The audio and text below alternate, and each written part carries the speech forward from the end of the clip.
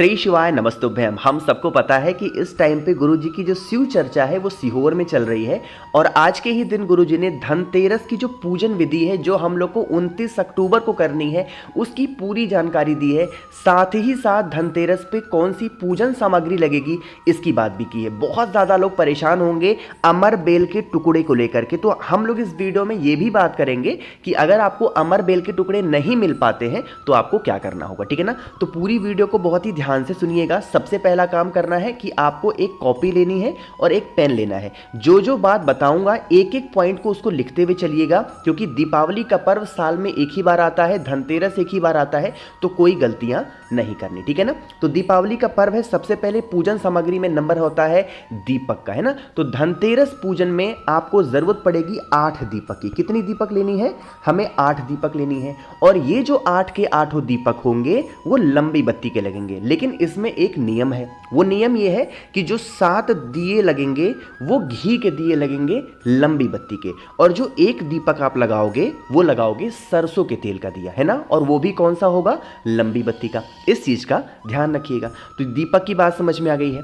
दीपक के साथ में हम सभी को लेना चाहिए, माता को ऐसे सुगंधित चीज़ों में आता है आपका धूप बत्ती लीजिएगा। धूप बत्ती के साथ में तीसरा नंबर आता है वह है चावल के कुछ दानों का, 1 से 2 चम्मच चावल के दाने लोगे।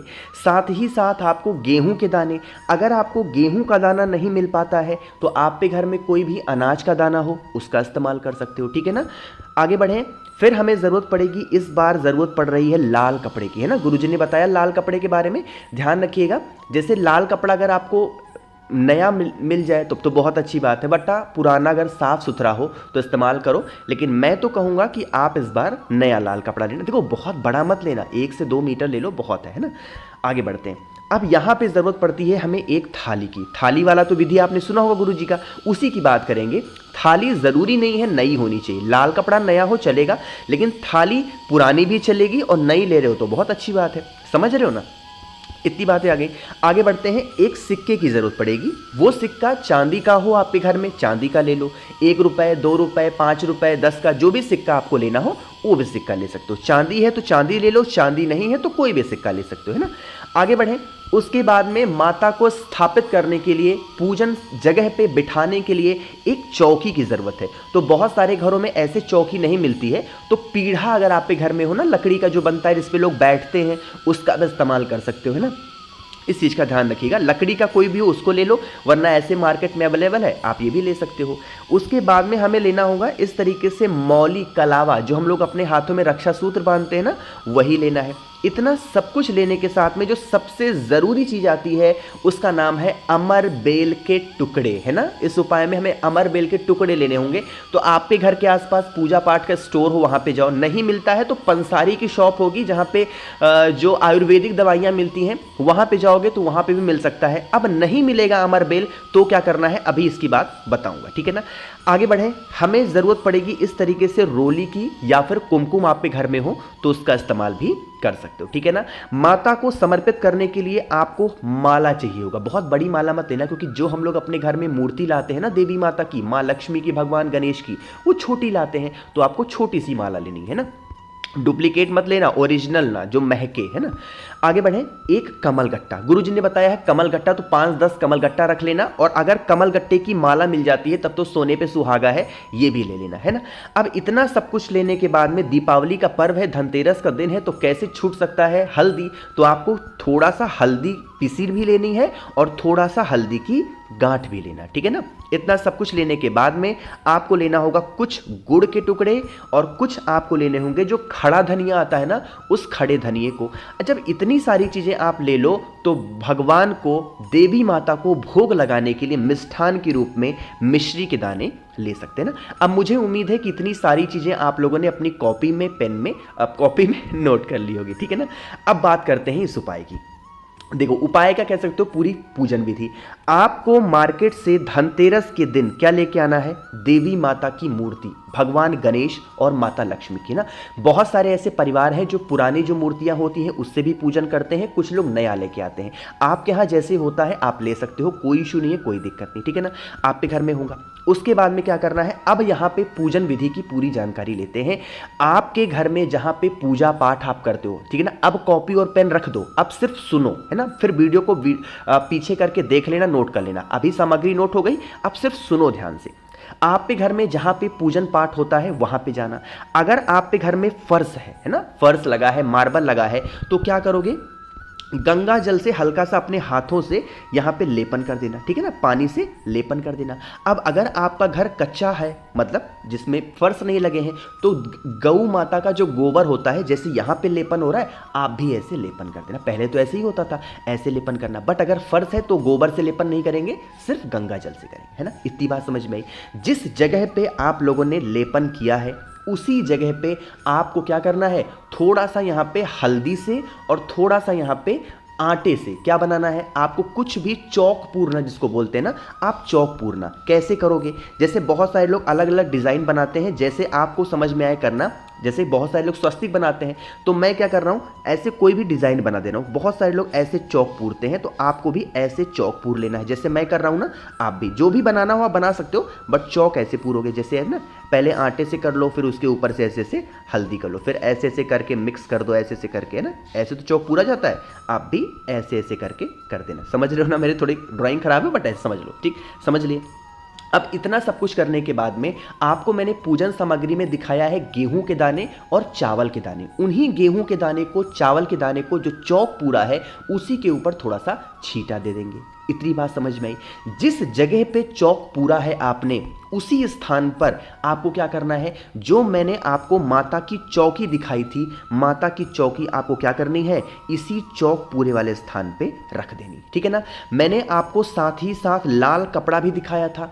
जो चौक आपने पूरा था, हल्का सा चावल का दाना छींट करके, सॉरी, जो आप लोगों ने चौकी रखी ना माता की, लाल कपड़ा उसी चौकी के ऊपर ऐसे करके बिछा देना, है ना। बिछा दिया तो आपका जो पूजन का जो एक सेटअप होता है वो पूरा रेडी हो जाएगा। अब बात करते हैं कि थाली के अंदर हमें कौन सी चीज़ों को कैसे करना है। देखो, अब यहाँ पे मैंने आपको चौक दिखा दिया, अब थाली की बात आती है।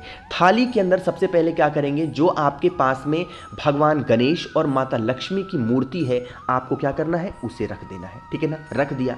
रखने के बाद में जो आपके पास में सिक्का है, अरे है कि नहीं सिक्का, कोई भी तो सिक्का लिया था आपने, उस सिक्के के ऊपर मौली लपेटना है ना। कोई भी मंत्र बोल सकते हो, या फिर श्री शिवाय नमस्तुभ्यम, या फिर जो भी कुबेर देवता का ध्यान कर सकते हो, जो भी ध्यान करना है, माँ लक्ष्मी का लपेट देना अच्छे तरीके से।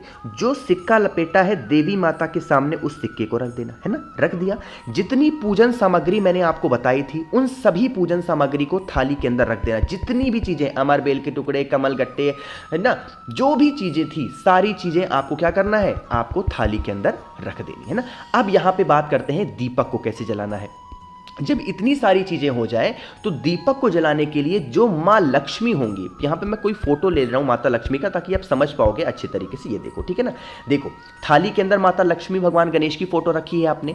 अब माता लक्ष्मी के राइट साइड में, आपका राइट साइड नहीं, माता लक्ष्मी का जो राइट साइड होगा, उस राइट साइड में आपको क्या करना है, जो 7 दिए मैंने आपको बताए हैं, कौन से, घी के, उन 7 दिए को वहां पे जलाओगे। ऐसे मत जला देना जमीन पे रखे, किसी छोटी सी थाली में, प्लेट में आपको जलाना होगा, ठीक है ना। जला दिया। जलाने के बाद में आपको जो सरसों के तेल का दिया होगा, माता लक्ष्मी के लेफ्ट साइड में बाएं हाथ पे जलाओगे, ठीक है ना। इतना जला देना। जलाने के बाद में जो भी पूजन आपको गुरुजी ने बताया है, या फिर जैसे भी पूजन आप अभी तक करते चले आए हो, वो पूजन करेंगे। एक चीज मैं बताना भूल गया, जो थाली थी ना, उस थाली में सबसे पहले आप स्वस्तिक का निर्माण करोगे। कुछ इस प्रकार से कुमकुम जो रोली है आपके पास में ना, उसी कुमकुम रोली से स्वस्तिक का निर्माण करेंगे। उसके बाद में देवी माता की मूर्ति रखेंगे, सिक्के को स्वस्तिक के ऊपर रखेंगे, जितनी पूजन सामग्री है आपके पास में उन सभी पूजन सामग्री को रखेंगे, दीपक को प्रज्वलित करेंगे।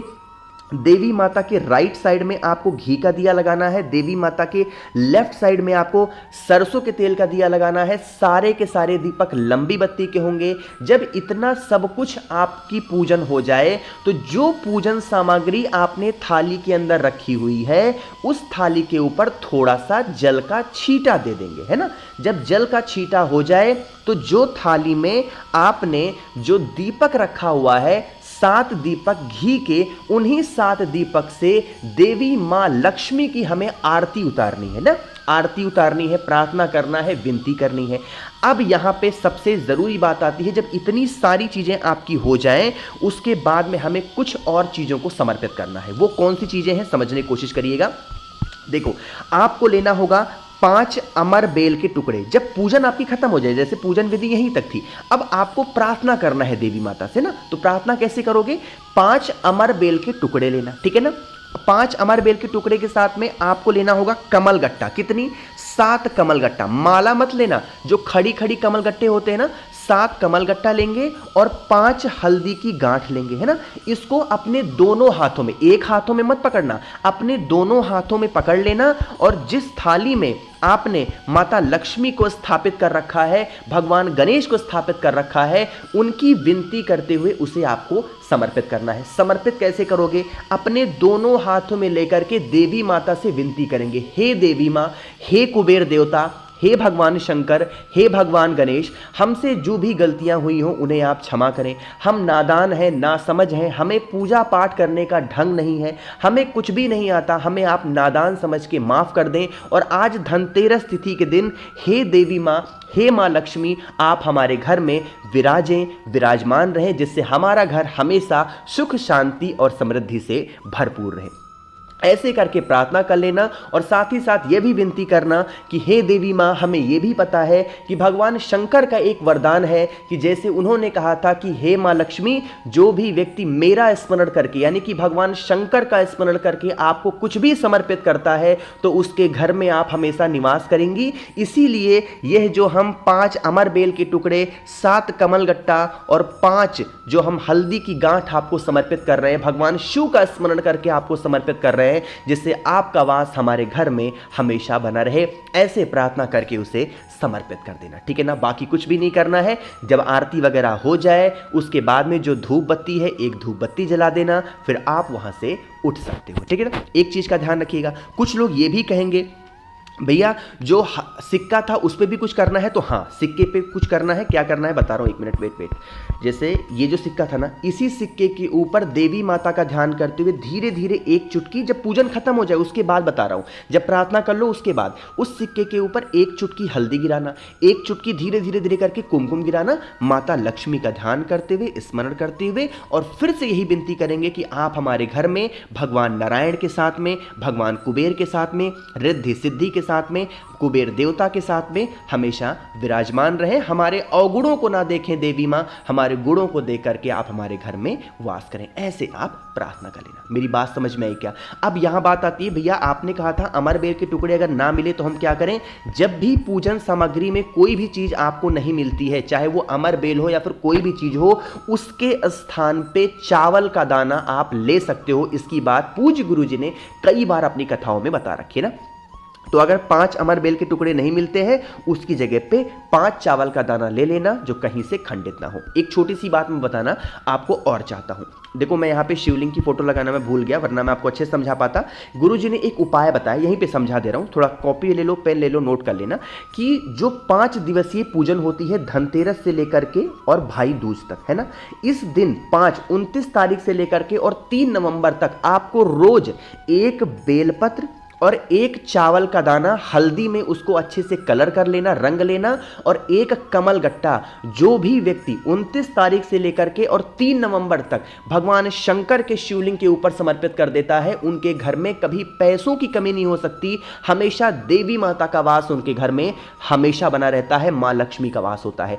5 दिन तो आपको इधर करने हैं, और जब कार्तिक पूर्णिमा आएगी तो कार्तिक पूर्णिमा से 5 दिन पहले फिर से आपको एक बेलपत्र, एक हल्दी में डूबे हुए चावल के दाने और एक कमल गट्टा उधर करना है। इस 10 दिन में उपाय में जो भी व्यक्ति कर लेता है, पूरे साल उनके घर में मां लक्ष्मी का वास हमेशा बना रहता है। कभी भी पैसों की कोई भी किल्लत उनके घर में नहीं होती, हमेशा उनका घर भरपूर भरा रहता है, ठीक है ना। तो मैंने कोशिश की आप सभी को अच्छा समझाने की। एक छोटी सी बात और समझा दूं, इस टाइम पे दीपावली तक मैंने ऑफर रखा है कि कमल गट्टे की माला मैं आपको फ्री दे रहा हूं। अगर दीपावली तक आपने ऑर्डर कर दिया, उसके लिए आपको 7 मुखी रुद्राक्ष या 9 मुखी, इनमें से कोई भी एक रुद्राक्ष आप लेते हो तो मैं 5 मुखी रुद्राक्ष फ्री दे रहा हूं, कमल गट्टे की माला फ्री दे रहा हूं, महादेव को समर्पित करने के लिए भस्म भी आपको फ्री दे रहा हूं, और प्लस इसके लिए आपको डिलीवरी चार्ज भी मैं फ्री दे रहा हूं। तो अगर इतनी सारी चीजें आपको चाहिए तो मुझे मैसेज कर सकते हैं 9005643345, ये मेरा व्हाट्सएप नंबर है, मैसेज करिएगा, ठीक है ना।